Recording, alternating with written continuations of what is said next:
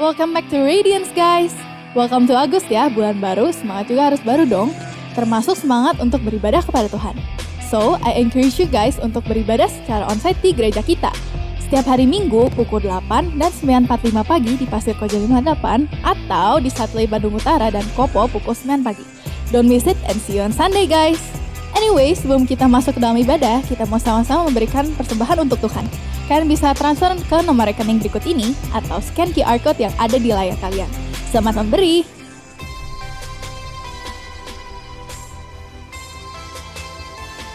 Let's prepare our heart and enjoy the service! Semuanya kita naikkan pujian bagi Tuhan kita. Kita naikkan nyanyian yang terbaik bagi Tuhan kita. Amin.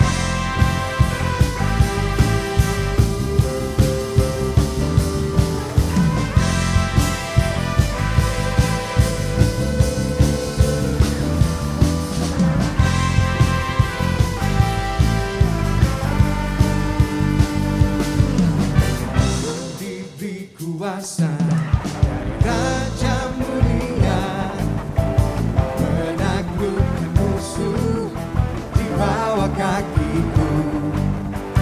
Ku pakai kuasa dari Raja Mulia. Bila Allah ada bersamaku, siapa jadi lawanku? Sungguh besar Kau Tuhanku, Kau perisai hidupku. Ku berdiri dengan iman dalam Yesus Tuhan. Kau yang memberi kemenangan, ku bersorak merayakan. Terpujilah Kau Raja segala raja.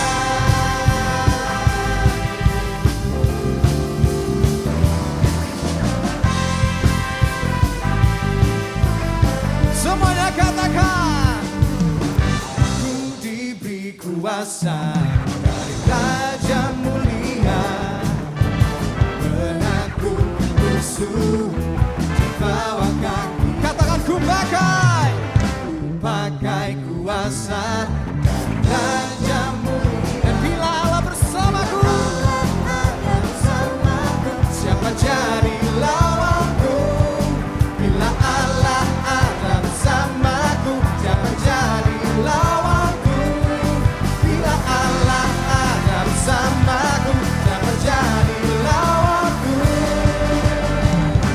Sungguh besar Kau Tuhanku, Kau perisai hidupku. Ku berdiri dengan iman dalam Yesus Tuhan. Kau yang memberi kemenangan, ku bersorak merayakan. Terpujilah Kau Raja segala raja.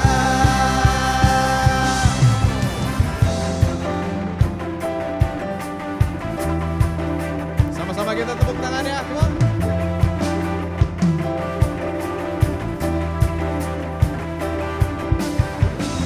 Hanya Yesus yang terbaik dalam kehidupan kita, amin. Nah, karena itu kita sama-sama berikan yang terbaik buat Tuhan kita. Naikkan nyanyian yang terbaik bagi Tuhan, come on. Oh, oh, oh, oh, oh. Come on. Oh, oh, oh, oh. Bila Allah ada bersamaku, siapa jadi lawanku? Bila Allah ada bersamaku, siapa jadi lawanku? Bila Allah ada bersamaku, siapa jadi lawanku?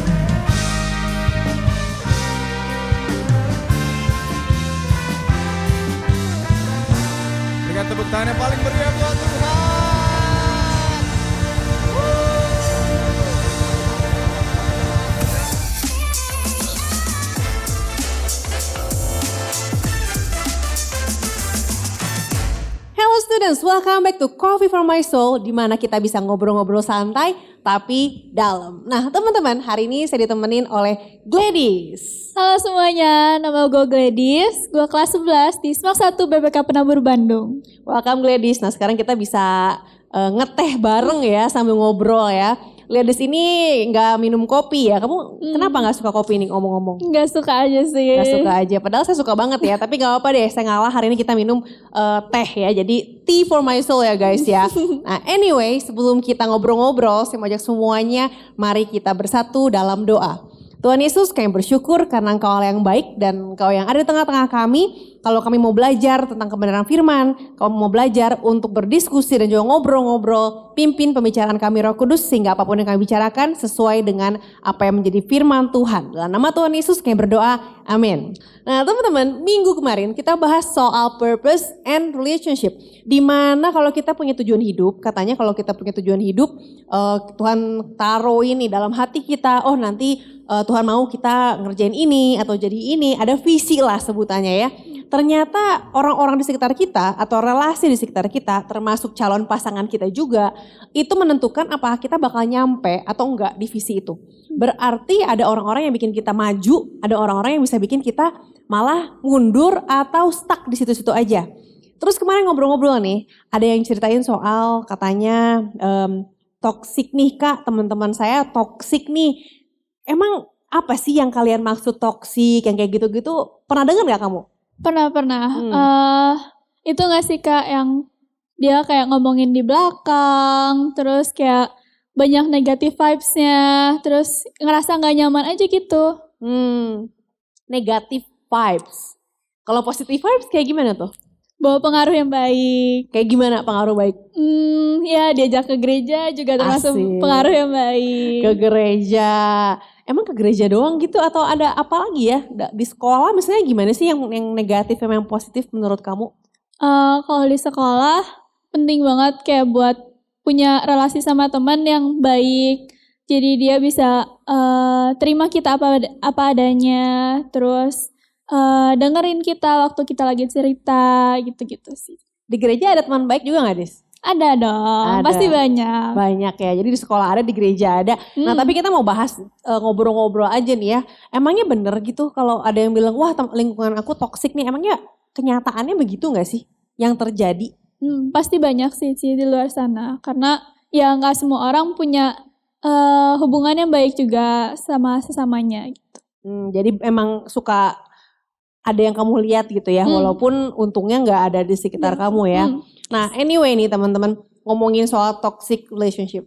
Ternyata nih ada 5 jenis, ada 5 hal nih yang bisa kita jadikan patokan, ada 5 hal yang bisa kita jadiin batasan bahwa orang-orang kayak begini tuh kita perlu hindari. Nah ini yang coba saya ingat-ingat dulu nih, ini minggu kemarin dibahas nih yang pertama, pemalas katanya. Kalau lazy people, orang yang malas itu jangan sampai kita malah bersahabat sama orang yang malas. Emang kenapa sih kalau misalnya kita deket, kamu ada gak teman baik kamu, sahabat kamu tapi dia orangnya malas? Ada sih, cuman kayak gak selalu dia malas-malasan gitu. Sekali-kali aja Sekali-kali aja. Oke, kalau pemalas memang selalu malas? Enggak sih, gak ada. Gak ada, mau gak temenan sama orang yang selalu malas? Jangan sih, jangan ya. sampai. Jangan sampai, betul. Katanya kita harus avoid, hindari pertama orang malas, lazy people. Yang kedua adalah angry people. Orang yang suka marah-marah atau pemarah dan kalau sekali-kali ya biasa lah ya, wajar ya. Tapi kalau selalu marah, always be angry, itu adalah orang yang harus kita hindari. Kira-kira kenapa menurut kamu? Soalnya bisa pengaruh sama kayak emosional kita juga, jadi ikutan kepengaruh kita suka marah-marah gitu-gitu. Bener juga ya, jadi ikut marah-marah ya. Teman-teman, kalau kita hang out sama orang yang pemarah, tanpa sadar lama-lama kita akan memaklumi dan kita akan jadi seperti itu juga. Katanya, show me your friends and I will show you your future. Apa yang kita lakukan bersama teman-teman kita, siapa orang-orang sekitar kita, nanti kita akan jadi kurang lebih jadi seperti itulah, jadi serupa ya, mirip-mirip. Terus yang ketiga apa ya kemarin itu? Ingat gak yang ketiga orang yang harus kita hindarin? Immoral people juga sih. immoral people. Hmm. What is immoral people? Orang-orang yang kayak harus punya attitude dengan sopan gitu-gitu. Immoral people. Nah, betul banget. Tapi kalau kita mau cek batasannya, teman-teman, batasan immoral itu apa sih? Kita bisa lihat di 1 Korintus 13 ayat 4 sampai ayat 7. Jadi lawannya immoral itu adalah kasih. Kalau kita bilang kita mengasihi, pasti kita akan melakukan hal-hal yang berlawanan dengan immoralitas itu. Jadi kasih itu dibilang kasih itu sabar. Kalau nggak sabar berarti tidak mengasihi ya. Kasih itu baik hati, tidak cemburu. Terus di ayat kelima dibilang gini, ia tidak melakukan yang tidak sopan dan tidak mencari keuntungan diri sendiri, bla bla bla pokoknya. Jadi kalau sampai ada yang bilang bahwa saya melakukan ini, saya melakukan hal ini demi cinta katanya. Pernah dengar gak sih? Iya soalnya gue sayang banget sama dia makanya gue lakuin ini. Saya melewati batas karena diminta oleh orang yang gue sayang dan lain-lain. Teman-teman, tapi firman Tuhan itu bisa jadi patokan kita yang paling mutlak pasti benar. Dibilang bahwa kasih itu tidak melakukan yang tidak sopan. Dan batasannya waktu kita tahu bahwa ini gak sopan, itu udah pasti bukan kasih. Dan immoralitas, immoral people, orang yang dibilang gak punya moral itu orang yang gak punya kasih. Karena kalau kasih pasti sopan. Yes. Gitu. Yang keempat nih, aku ingat lagi yang keempat itu adalah orang yang greedy atau serakah ya. Tadi sempat ngobrol-ngobrol, greedy itu contohnya kalau di sekolah kayak gimana sih, Dis? Aku pernah lihat orang yang waktu lagi ujian, dia berusaha untuk dapetin nilai bagus dengan cara dia nyontek. Jadi menghalalkan segala cara, apapun caranya mau bikin dosa, mau ngerugin orang, pokoknya gue pengen dapetin ini gitu ya. Oke.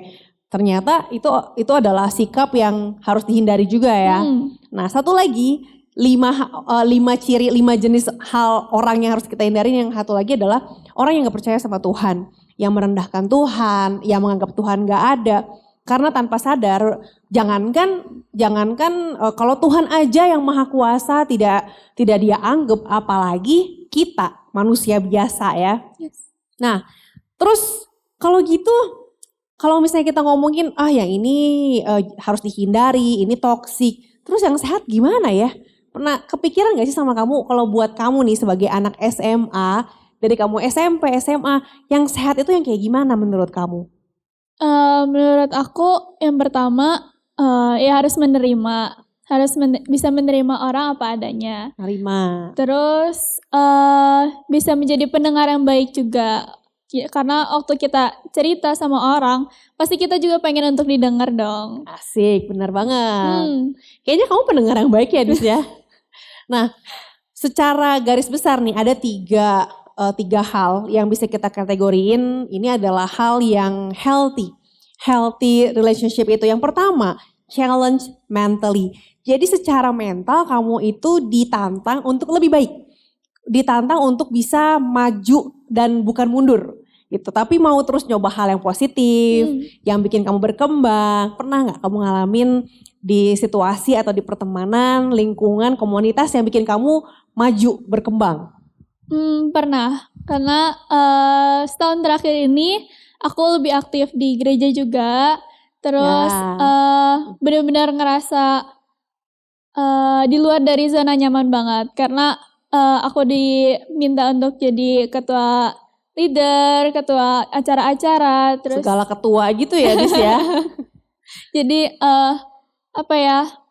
Challenge-nya apa yang bikin kamu, aduh, ambil nggak ya, deg-degan gitu? Soalnya aku orangnya pendiam, terus diminta untuk jadi ketua yang pastinya banyak ngobrol, banyak ini itu ngurusin, jadi lumayan banget gitu. Lumayan apa nih? Deg-degan iya, takut salah iya, semuanya lah. Ternyata gimana setelah dijalanin? Happy banget, proud of myself juga. Wow, ini baru kemarin banget ya? Paskah berarti bulan April kemarin ya, Dis ya? Ya jadi di kelas 11, umur berapa nih? Umur 16 ya waktu itu ya? Umur 16 kamu menjadi ketua Paskah untuk Paskah Youth ya? Pasti itu hal yang yang baru ya buat kamu ya. Baru pertama berarti ya? Yes. Oh ya, Gladys juga adalah ketua sel ya di pelajar. Dan kalau tadi Gladys bilang, kata dia aduh deg-degan banget karena baru pertama dan lain-lain. Tapi kalau bagi saya sih Idis ya, kamu cukup melakukannya dengan sangat baik. So keren. Thank you. Challenge mentally ya. Nah yang kedua itu juga orang yang bisa dikategoriin sebagai healthy relationship itu adalah orang atau lingkungan yang support kita secara emosional. Support emotionally, secara emosi. Emosi itu apa aja sih? Emosi, kamu pernah marah gak? Pernah. Pernah sedih? Pernah. Pernah takut? Pernah. Pernah seneng? Senang. Nah orang-orang yang support kita kalau lagi seneng, ikut seneng. Kalau lagi sedih, support dukung kita buat kita gak ngerasa makin sedih. Jangan sampai lagi sedih diketawain. Atau lagi berhasil malah dihina, dibilang ah gitu doang. Nah itu adalah orang-orang yang support kita secara emosional. Jadi lingkungan di mana kita disupport secara emosi. Jadi yang pertama tadi challenge mentally, yang kedua support emotionally. Nah yang ketiga gak cuman sekedar mental dan juga emosi nih. Tapi yang ketiga adalah strengthen spiritually. Secara rohani kita juga dikuatin. Kamu punya teman buat partner doa bareng gitu gak? Punya, aku Wow. punya sahabat yang bisa diajak untuk doa bareng, sharing-sharing bareng, saat teduh bareng Asik. juga. Tentang Tuhan gitu ya. Nah teman-teman, sedekat apapun kita dengan seseorang, namanya manusia pasti ada salah. Setuju? Yes. Namanya manusia pasti akan suatu saat nanti mengecewakan kita. Jadi kalau kita ngerti bahwa oh manusia itu pasti ngecewain, termasuk kitanya juga ya bisa ngecewain. Kita akan paham bahwa yang jadi orang yang tidak akan pernah mengecewakan adalah Tuhan Yesus. Hanya satu. Jadi waktu misalnya kita mau deket sama seseorang, kita punya kerinduan buat wah ini sahabat gue nih Gladys nih, gue pengen jadi sahabatnya Gladys dan sebaliknya. Maka kalau kita pengen persahabatan kita langgeng ya, jadikanlah Tuhan Yesus sebagai center, sebagai pusat. Jadi waktu saya pengen makin dekat sama Tuhan, Gladys juga pengen makin dekat sama Tuhan, Tuhan yang di tengah-tengah, maka tanpa disadari maka kita akan menjadi semakin dekat satu sama lain. Yes, benar banget. Tapi kalau kitanya makin mundur Jauh, dari Tuhan, makin jauh juga makin ya. jauh juga. Hmm. Jadi pusatnya itu Tuhannya bukan orangnya. Karena kalau kita fokus sama orangnya kan nanti ya kecewa lah atau mungkin dia ninggalin kita dan lain-lain gitu ya. Anyway, pernah ngalamin gak sih kamu misalnya kecewa sama teman atau sahabat gitu? Pasti pernah. Gimana tuh ceritanya? Aku pernah dikecewain karena kayak ngerasa ditinggal. Sementara aja sih, waktu itu lagi naik kelas 7, masa-masanya dapat teman-teman baru, jadi kayak ngerasa ditinggal aja gitu. Nah teman-teman yang baru naik kelas 7, ini kayaknya banyak banget teman-teman kelas 6 yang baru naik kelas 7 nih. Karena nih masih bulan Juli ya, ini adalah masa-masa bulan pertama kamu masuk SMP. Dan wajar banget kalau teman-teman yang dulu deket selama SD kok jadi ngejauh gitu ya. Karena punya teman yang baru. Bener. Terus gimana dong kamu mengatasinya? Kamu handle-nya gimana biar nggak sedih terus gitu? Sebenarnya kayak ya terima aja. Terus dianya juga sebenarnya balik lagi gitu. Justru dapat makin dapat teman banyak gitu. Makin dapat teman banyak. Oke, that's good. Jadi ada orang-orang baru ya selain teman yang dari SD itu. That's good. Nah, teman-teman, jadi 3 kategori nih ya orang-orang yang atau komunitas yang bisa kita bilang bahwa ini adalah healthy relationship. Yang pertama dia challenge kita secara mental, support kita secara emosi dan juga nguatin kita secara rohani. Terus gimana sih dapetin healthy relationship?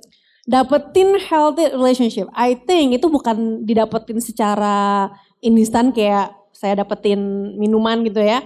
Tapi kita harus bangun. Yang pertama langkahnya adalah start dari diri kita dulu nih. Kita harus tertarik dulu nih untuk memulai hubungan. Get interested to another people. Start from ourselves.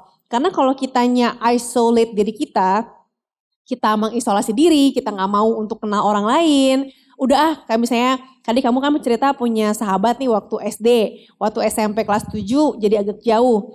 Kalau seandainya kamu bilang bahwa saya udah gak mau kenalan lagi sama yang lain, saya cuma mau sama teman SD saya. Maka Gladys gak akan punya teman baru dan gak akan punya teman sebanyak hari ini. Yes, benar Kalau banget. kita lihat beberapa bulan lalu nih Gladys ngerayain ulang tahun dan teman-temannya banyak banget yang sayang sama Gladys ya. Itu pasti dibangun day by day karena Gladys pun sangat ramah dan juga baiklah sama semua teman-teman yang ada gitu. Nah, yang pertama tuh get interested to another people. Di Amsal 18 ayat 1 dibilang gini, orang yang menyendiri mencari keinginannya. Bahasa Inggrisnya tuh orang yang menyendiri itu a man who isolate himself. Jadi orang yang mengisolasi diri, dia hanya mencari keinginannya doang. Full of himself, full of dirinya sendiri gitu. Mikirin gua mau apa, terus gua gak mikirin orang lain. Jadi fokus sama dirinya sendiri. Lalu dibilang lanjutannya adalah amarahnya meledak terhadap setiap pertimbangan. Dalam bahasa Inggrisnya, he rages against all wise judgment. Jadi di Amsal sendiri dikatakan bahwa kalau orang yang mengisolasi diri alias gak mau keluar dari zona nyaman, mengenali orang lain, dirinya akan penuh dengan kemarahan dan dibilang gini dia rages, kesal terus terhadap setiap pertimbangan-pertimbangan yang wise, yang berhikmat. Dia gak suka aja. Jadi kalau kita nggak mau untuk start duluan, kita isolate diri, mundur, nggak mau, pada akhirnya ya nggak akan bisa punya healthy relationship. Karena yang nggak healthy ya. Terus yang kedua, pernah dengar namanya chronic gak sih? Pernah. Nah, katanya gini, don't be a chronic complainer. Berarti jangan sampai kita jadi orang yang suka ngomel. Ngomel ya, kronik tuh kronis kayak parah gitu ya. Ayatnya di sini dibilang lakukanlah segala sesuatu tanpa bersungut-sungut. Jadi do everything without complaining. Jangan komplain terus. Kalau komplain terus, ya udah akhirnya nggak akan dapetin healthy relationship karena kitanya sendiri menyebarkan komplain terus ya. Yeah. Pernah gak sih kamu punya temen yang komplain terus kerjaannya? Pernah sih, pernah ada. Cuman sekarang udah enggak.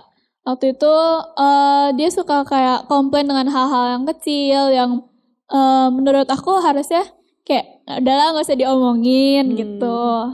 Terus apa yang kamu lakukan? Kamu ngasih tahu dia buat jangan komplain apa gimana? Aku diam aja sih, kayak ya udah dia komplain aku denger gitu. Oh, nggak kamu tambahin gitu ya? Nggak yang, oh ya benar aku juga setuju tuh ikutan komplain bareng ya. Jangan sampai ya. Iya, nah itu jadi yang pertama tadi jangan komplain, terus kita harus start dari kita sendiri. Terus yang berikutnya apalagi nih ya? Apalagi nih? Menurut kamu cara berikutnya apalagi nih? Be a good listener. Mendengarkan juga ya. Kayak tadi kamu bilang teman kamu komplain, kamu mendengarkan, terus kamu ngasih tahu buat dia mulai stop gitu ya.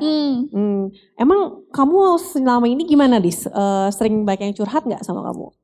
Lumayan banyak karena kayak aku orangnya yang pendiam, yang gak gampang untuk bocorin lah ke orang-orang. Gak bocor guys, bagus. Jadi mereka bilang kalau ya mereka percaya sama aku karena aku diem orangnya gitu. Jadi mereka percaya untuk cerita sama aku. Kamu diem tuh maksudnya gimana? Diem kayak patung gitu? Dengerin mereka cerita, tapi gak nyebarin ke orang lain. Gak nyebarin ke orang lain. Be a good listener and also secret keeper ya. Keren banget. Jadi good listener itu gak gampang loh. Karena sampai firman Tuhan juga bilang di Yakobus 1 ayat 19 dibilang gini. Setiap orang hendaklah cepat untuk mendengar katanya. Tapi lambat untuk berkata-kata dan juga lambat untuk marah. Jadi cepat dengar tapi lambat buat ngejawab gitu ya. Nah Gladys contoh yang baik nih ya. Keren banget.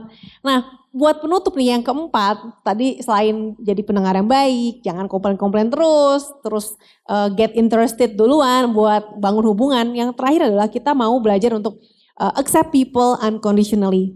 Nerima orang apa adanya, tapi kita tidak membiarkan orang apa adanya. So accept people unconditionally, tapi kita gak membiarkan dia apa adanya. Kita mau agar teman kita ini menjadi orang yang lebih baik lagi.